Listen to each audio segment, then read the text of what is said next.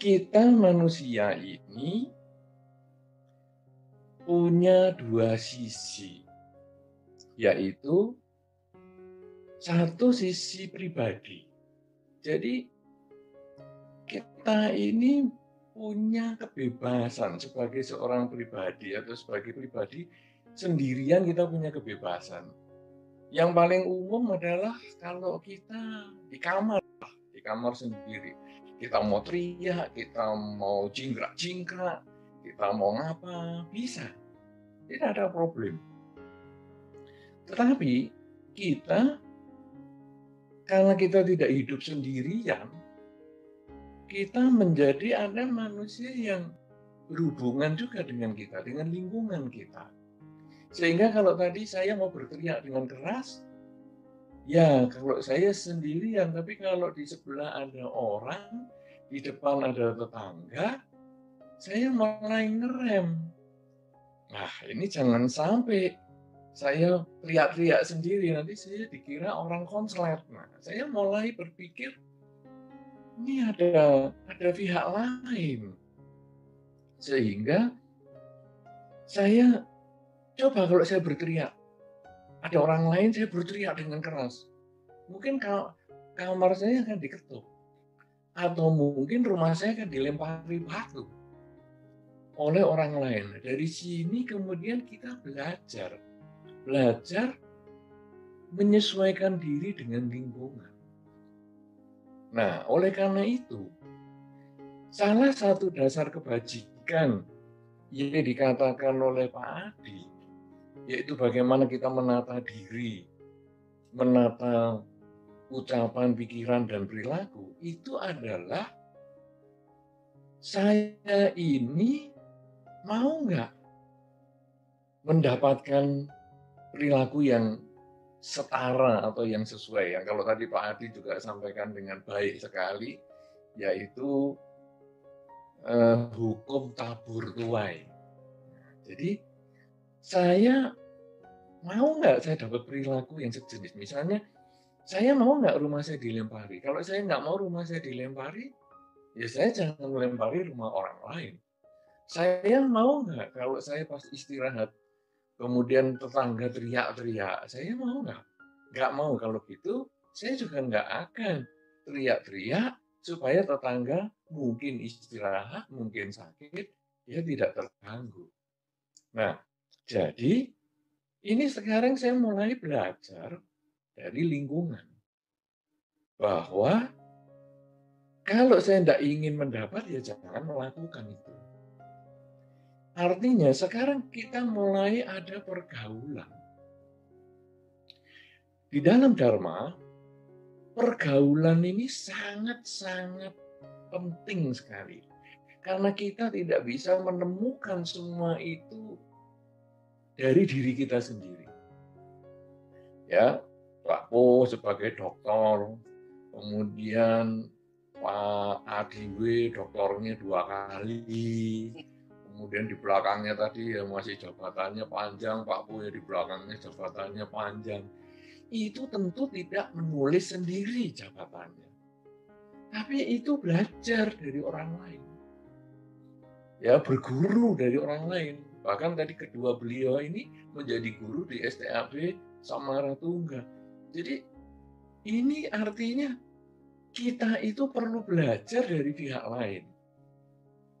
Nah, sehingga di dalam Dharma pergaulan ini penting dikatakan bahwa kita hendaknya bergaul dengan orang yang bijaksana. Karena pergaulan itu seperti kalau kita membungkus barang atau membungkus sesuatu. Kalau kita ini misalnya membungkus kayu cendana yang wangi, maka pembungkus kita, katakanlah itu kertas, itu menjadi harum juga. Sebaliknya, kalau kita membungkus daging busuk, dibungkus dengan daun misalnya, maka daun ini juga busuk. Kemana benda itu menempel ke yang wangi dia menjadi wangi, menempel ke yang busuk dia menjadi busuk. Artinya pergaulan itu sangat mempengaruhi kita. Sehingga di dalam Dhamma dikatakan jangan bergaul dengan orang yang tidak bijaksana. Atau mungkin kalau sekarang kita lebih perluas, jangan bergaul dengan pihak-pihak yang tidak bijaksana. Bukan hanya orang saja. Karena pergaulan kita ini sekarang di dunia modern, kadang-kadang sudah tidak bergaul dengan orang lagi. Apalagi di masa pandemi tadi, yang katanya Pak Po sudah rindu jalan-jalan. Karena Pak Po kan rindu pada pergaulan. Pengen kumpul bareng dengan orang-orang ya. Jadi mungkin sampai akhirnya mungkin foto kenangan ke sana ke sini akhirnya yang diposting. Karena kenangan yang baru mungkin belum banyak.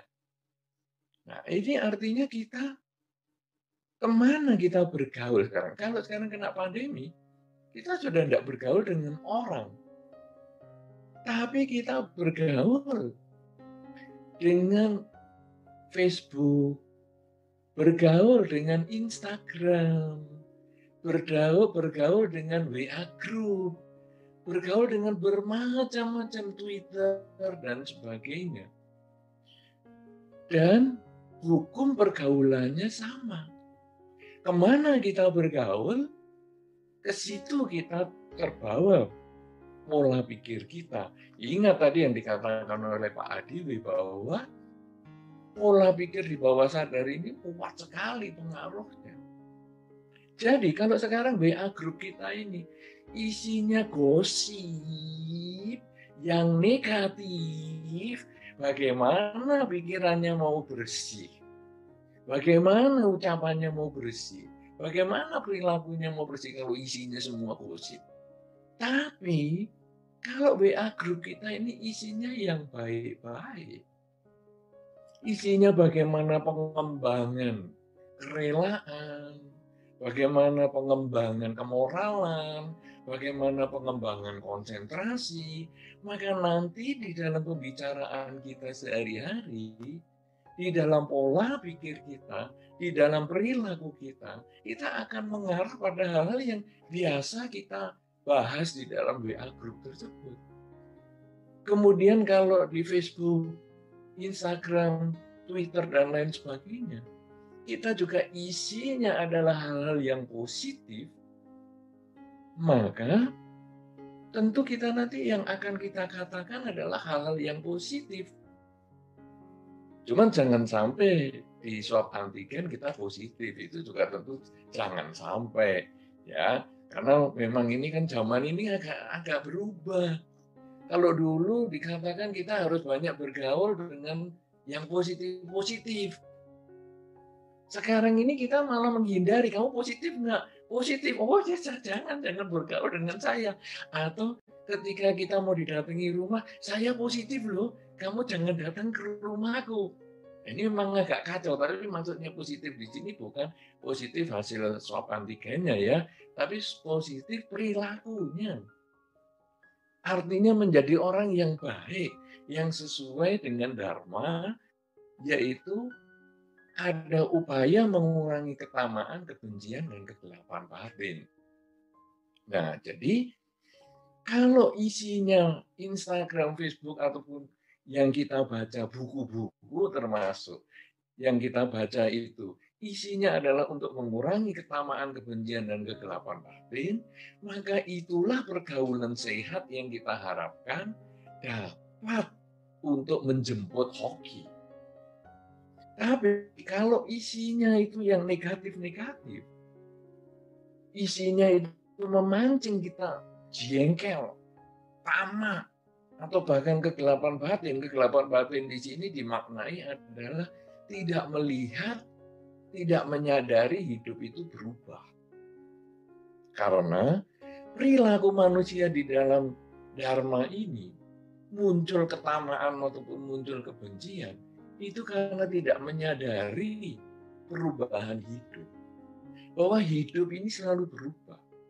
Kita tahu ada pagi, kita tahu ada malam.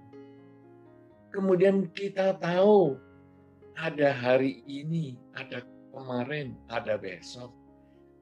Kita tahu jam itu juga selalu berputar dan berubah. Kita tahu itu semua. Tetapi kita sering meletakkan pikiran kesadaran kita, pikiran bawah sadar kita di masa lalu ataupun di masa depan. Kita tahu hidup kita saat ini. Kita punya 3 masa. Masa kehidupan masa lalu, katakanlah tadi yang jam 1 kita mulai pertemuan, kemudian nanti yang jam 4 atau jam 5 yang kita belum datang, yang ada adalah saat ini. Kita tahu yang tadi, kita tahu yang nanti. Tadi itu sudah lewat, sudah menjadi kenangan, tidak akan kembali lagi. Nanti masih belum datang, belum tentu datang. Kenyataannya hanyalah saat ini, kita menjalani hidup saat ini. Kita tahu itu, tetapi pikiran kita sering diletakkan di masa lalu ataupun di masa depan. Jadi kita hanya mikir dulu saya begini-begini, nanti begitu-begitu. Memang kita mikirkan dulu itu penting untuk merenungkan apa yang menyebabkan kita sukses, apa yang menyebabkan kita nggak sukses untuk diperbaiki pada saat ini. Yang menyebabkan sukses kita perbaiki untuk ditingkatkan di masa ini maupun di masa depan, yang menyebabkan tidak sukses kita perbaiki di masa ini untuk memperbaiki masa depan kita. Jadi masa lalu, masa depan memang penting, tetapi saat ini jauh lebih penting. Nah, orang sering meletakkan pikiran di masa lalu dan masa depan. Akibatnya pikiran berisi ketamaan dan kebencian. Kebencian pada perpisahan. Aduh, dulu aku sering ketemu dengan dia. Dulu aku sering bepergian sebelum pandemi. Sekarang aku nggak bisa pergi. Akhirnya baru disuntik vaksin sekali saja sudah jalan-jalan kemana-mana. Padahal suntik vaksin bukan berarti sudah kebal. Hanya membuat kita risikonya lebih kecil. Tapi bukan berarti kebal sama sekali. Kita tetap harus jaga jarak, tetap harus pakai masker, dan lain sebagainya. Tetapi karena kita sudah benci dengan kesendirian, benci dengan harus dibatasi ini dan itu, akhirnya kita terjun ke masyarakat dan bisa berpotensi ketularan. Karena kita hanya melihat masa lalu. Aku sudah sekian lama terkunci di rumah. Sekarang aku pengen jalan-jalan. Tidak menyadari bahwa hidup ini berubah. Saat ini kita ya jalani aja saat ini. Jaga kesehatan dengan baik saat ini. Supaya di masa depan ketika pandemi sudah dinyatakan selesai, kita juga tetap sehat. Nah, atau kita berpikir masa yang akan datang sehingga timbul ketakutan, kecemasan. Duh, nanti bagaimana ya kalau terus pandemi terus begini nih. Dalam 1 tahun wihara enggak buka ya, wihara Bodhigiri. Selama kalau tadi dikatakan Pak Bu indah, ya memang indah, tapi dalam setahun ini sejak pandemi kita sudah tutup. Tidak dibuka untuk umum, tidak ada latihan meditasi dan lain sebagainya untuk umum maksudnya. Semua tidak diperkenankan karena kita masih berusaha memutuskan rantai pandemi ini. Nah, kemudian kalau lalu orang mikir, duh, nanti kalau pandeminya nggak selesai-selesai, masa saya nggak punya kesempatan meditasi sama sekali? Aduh, nanti kalau umur saya sudah habis sebelum pandemi selesai bagaimana? Terjadi kegelisahan. Padahal kita menyadari hidup adalah saat ini. Bukan masa lalu. Masa lalu pernah hidup, tapi sudah tidak hidup. Bukan masa depan. Masa depan akan hidup, tapi belum tentu hidup. Hidup adalah saat ini. Memperbaiki masa lalu, membangun masa depan di saat ini. Nah, kalau sudah tahu begitu, ya saat ini saya akan manfaatkan. Manfaatkan apa? Mengisi pikiran mengisi perilaku dan ucapan saya dengan kebajikan. Loh, tapi kan saya sendirian. Saya kan kena pandemi nih. Kan di rumah saja. Bagaimana saya harus mengisi kesendirian saya? Kan tadi ada tangan, bisa WA, tangan, bisa scrolling untuk Facebook dan lain sebagainya. Nah, ini yang kita gunakan untuk memilih sumber-sumber yang bermanfaat. Setelah memilih sumber-sumber yang bermanfaat, yang berpotensi untuk mengurangi ketamaan, kebencian, dan kegelapan batin, kita renungkan, kemudian kita praktekkan. Karena apapun yang kita pelajari, wah ini bagus nih, ini bagus nih. Kemudian kita buka YouTube juga, wah ini banyak yang ceramah-ceramah dharma online ini, bagus ini. Tapi kita hanya ngomong bagus, tidak dilaksanakan dalam kehidupan sehari-hari, maka ini juga tidak memberikan manfaat. Jadi mumpung ketika ada pandemi, ketika kita harus di rumah dengan berbagai keterbatasan, inilah kesempatan kita melatih pikiran kita, melatih ucapan kita, melatih perilaku kita ini dengan lebih maksimal. Kalau kita ngomong-ngomong, kemudian orang di sana, lawan bicara kita mengatakan sesuatu yang menjengkelkan, kadang-kadang kecepatan pikiran kita ini langsung memberikan respon yang negatif misalnya. Karena dia memaki kita, maka kita maki balik. Tapi mumpung di masa pandemi ini, orang memaki kita kan tertulis lewat WA group misalnya, atau Facebook, atau Instagram, DM Instagram misalnya. Nah, ini kesempatan kita melatih kesadaran agak lambat jadinya. Direnungkan dulu.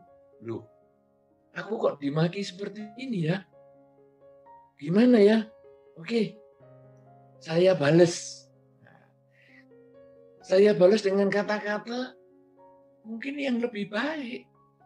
Terima kasih atas makiannya, membuat saya jadi bisa introspeksi. Mudah-mudahan nanti di lain kesempatan, saya bisa memperbaiki perilaku dan ucapan saya dan pola pikir saya, sehingga di masa depan, saya tidak punya lagi kesempatan untuk kamu maki-maki lagi. Nah, ini kan kata-kata yang lebih sederhana.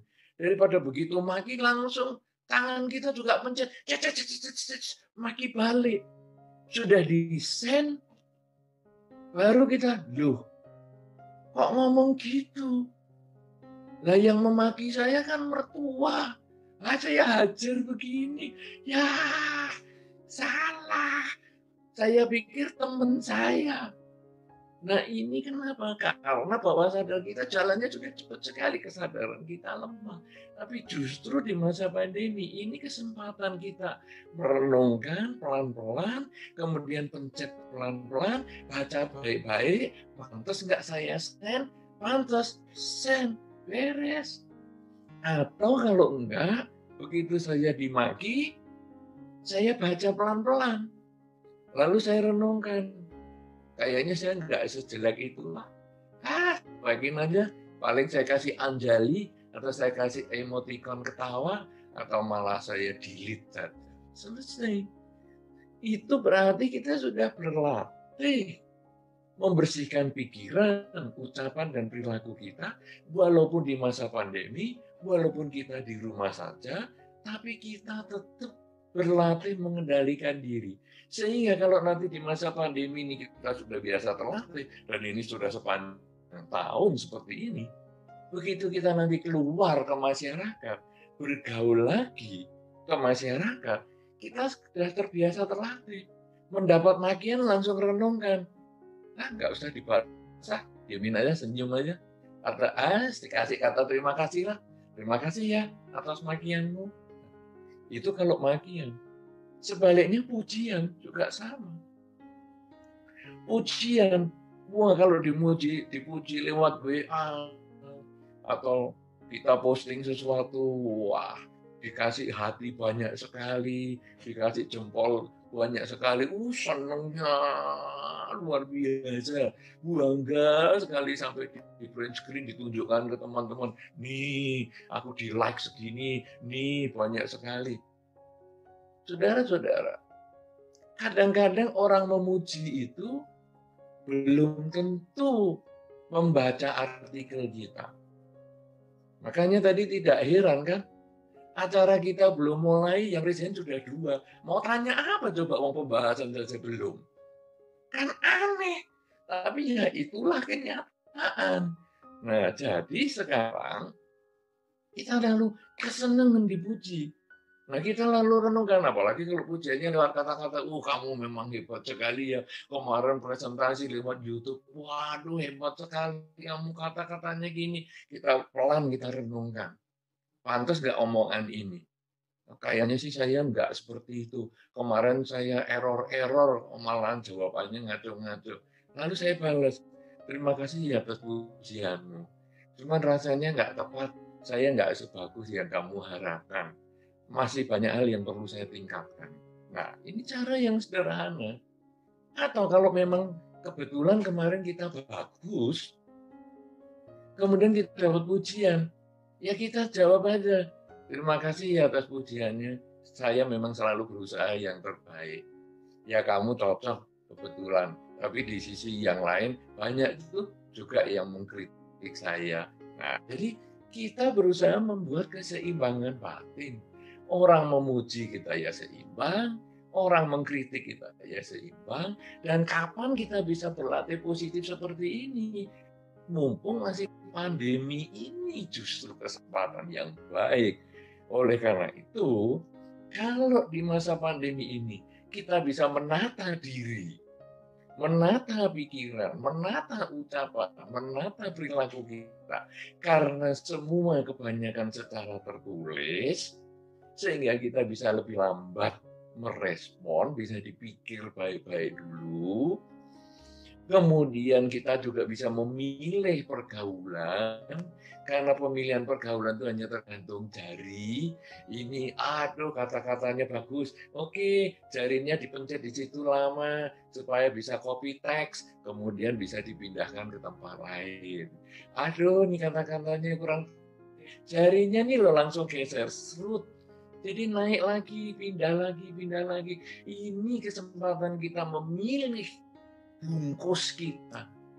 Kalau kita bisa memilih kayu cendana yang kita pilih, maka kita akan memperoleh kewangian di tengah-tengah pandemi semacam ini. Kita tetap harum pikiran kita, tetap harum ucapan kita, dan tetap harum perilaku kita.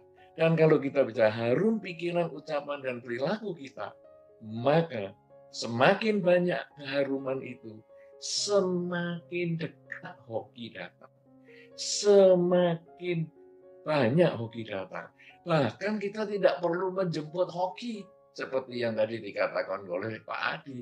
Hoki itu nempel ke kita. Ya, kadang beberapa orang mengatakan, kalau tadi Pak Adi kan mengatakan ada perempuan, hoki itu seperti perempuan yang cantik katanya. Kalau kita perilakunya baik, perempuan cantik bisa nempel ke kita. Tapi kalau perempuan kita kelakuannya jelek, waduh kita sudah sisiran dengan hebat. Kadang-kadang perempuan cantik didekati juga masih lari. Tapi begitu kita sudah kelakuannya bagus, wajahnya ganteng, pinter, kaya lagi. Waduh, perempuan pada nempel semua. Nah, itu kalau tadi contohnya Pak Adiwi, ya itu hoki itu nempel-nempel semua. Kenapa bisa nempel-nempel semua? Karena perilaku kita yang baik, ucapan kita dan pikiran kita. Kenapa pikiran ucapan kita baik? Karena kita di dalam masa pandemi ini, kita menyadari kita tidak bisa hidup sendiri, tapi kita harus bergaul, dan pergaulan kita pilih untuk yang bisa untuk mengurangi ketamaan kebencian dan kegelapan batin, yang artinya bisa memahami hidup ini selalu berubah, tidak kekal, sehingga kita belajar hidup pada kekinian, tidak hanya pada masa lalu maupun masa depan. Nah, inilah yang perlu kita sampaikan supaya kita bisa memaksimalkan masa kini dengan pikiran, ucapan, dan perilaku yang baik agar hoki akan selalu datang pada kita.